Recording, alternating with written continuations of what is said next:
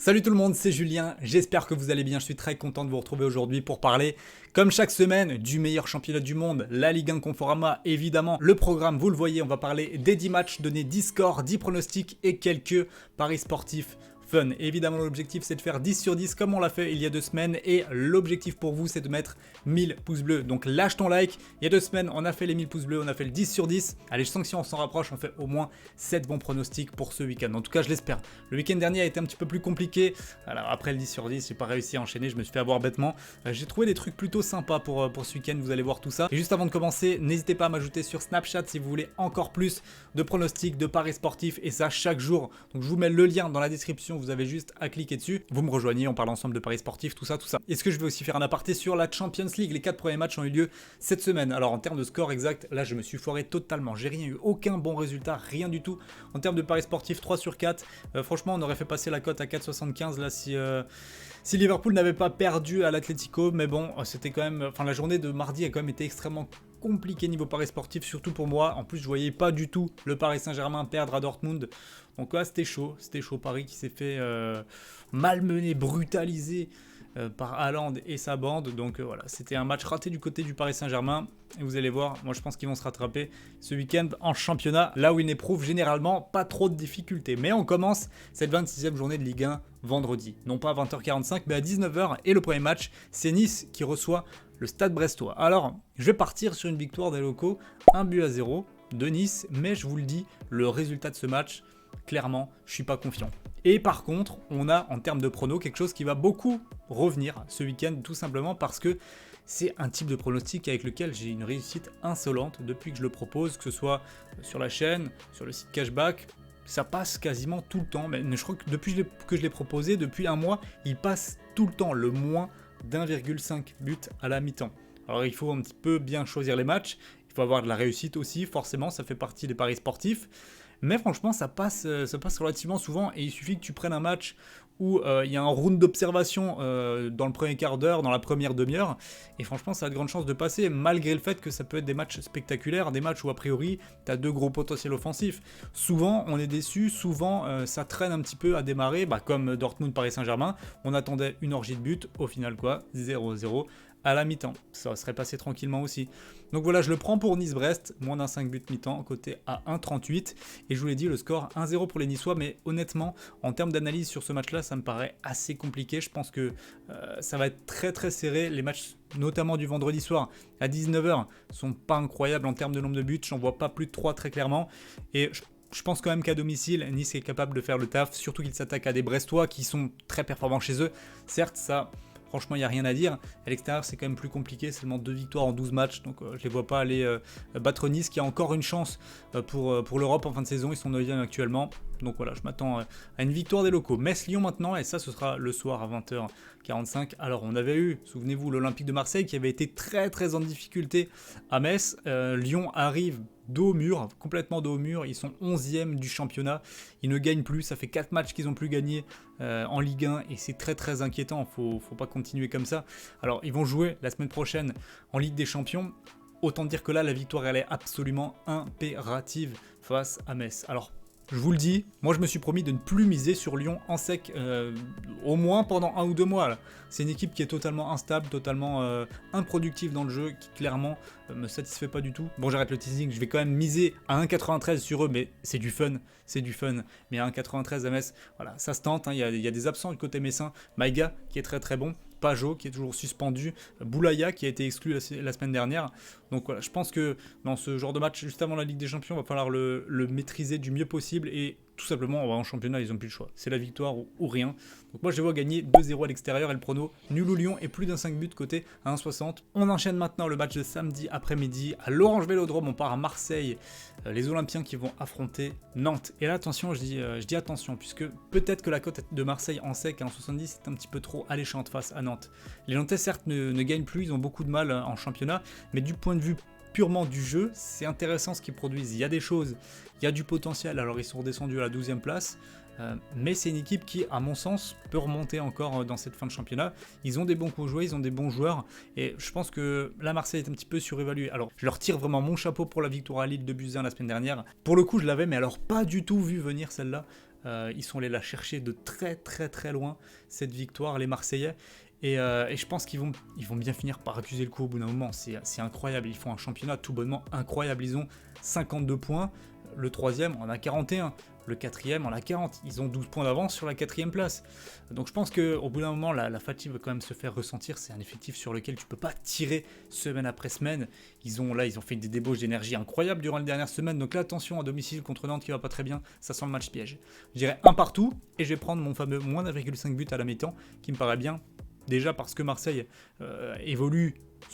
performe surtout en seconde période, et parce qu'on pourrait avoir un match plus équilibré que prévu. Et je vais même partir en fun sur nul ou Nantes côté A2. Passons au multiplex maintenant, en commençant par Strasbourg qui affronte Amiens. Je vais dire 2-1 pour les Strasbourgeois, victoire à domicile pour le Racing qui a une très belle opération au classement à faire. C'est vrai qu'ils sont à domicile contre Amiens qui est 19e, alors que Strasbourg est 7e. S'ils gagnent, ils peuvent potentiellement revenir sur Lille qui est 4e. Strasbourg, donc voilà, énorme.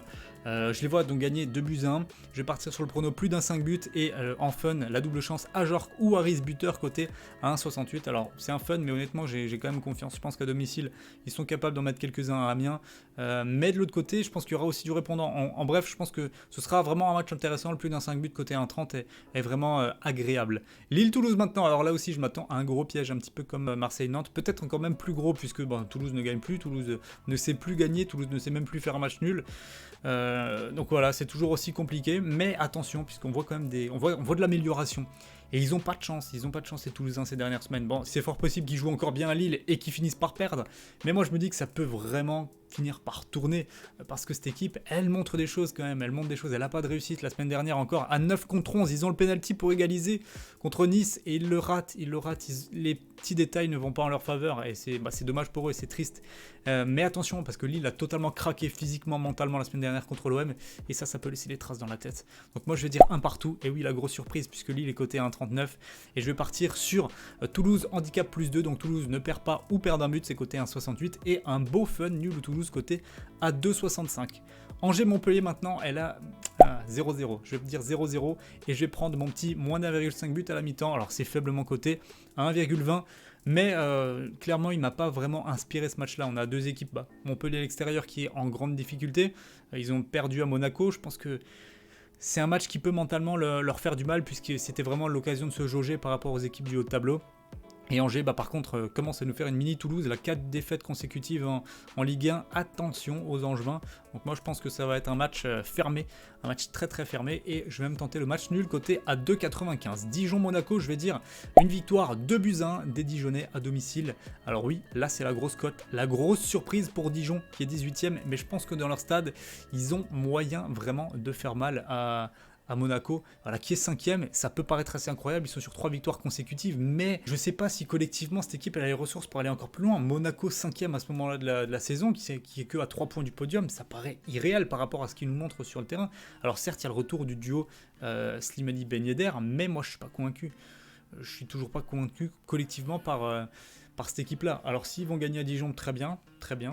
Ils seront vraiment bien lancés d'ailleurs pour le podium. Mais moi je pense que Dijon à domicile c'est une équipe extrêmement difficile à jouer et qui a les moyens vraiment de venir marquer contre Monaco. Par contre je suis presque sûr d'une chose, c'est qu'on va avoir du spectacle. Donc je vais dire but pour les deux équipes côté à 1,57. On passe maintenant aux 3 derniers matchs de dimanche en commençant par l'AS Saint-Etienne contre Reims. Attention, la SSE qui glisse.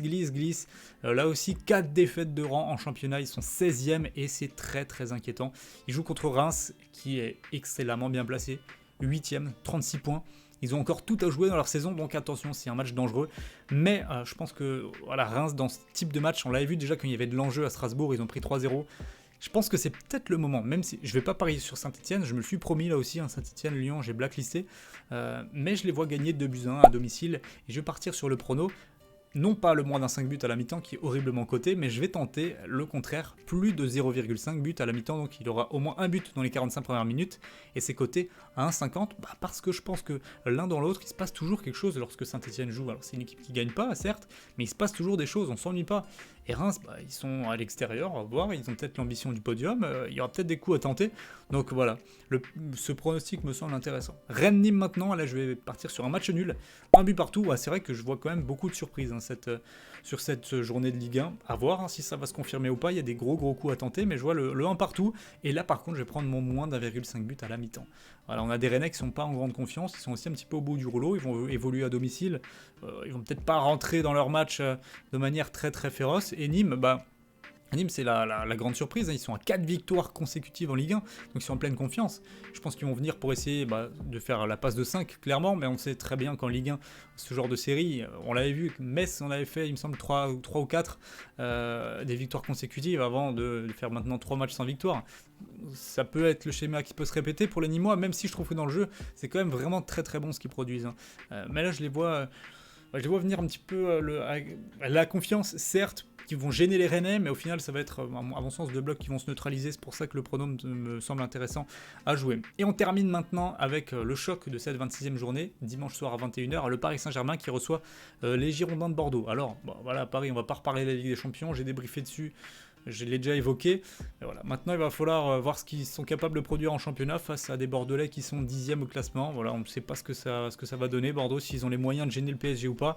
En tout cas, moi, je pense pas. Je pense que Paris, très frustré, va se venger. Je vais dire victoire 5-1 face aux Bordelais. On sait que Bordeaux à l'extérieur, ça peut complètement passer au travers. Même sans faire un grand match, Paris pourrait réussir à enfiler les buts. Je vais prendre en pari sportif le but de Neymar qui est coté à 1,75.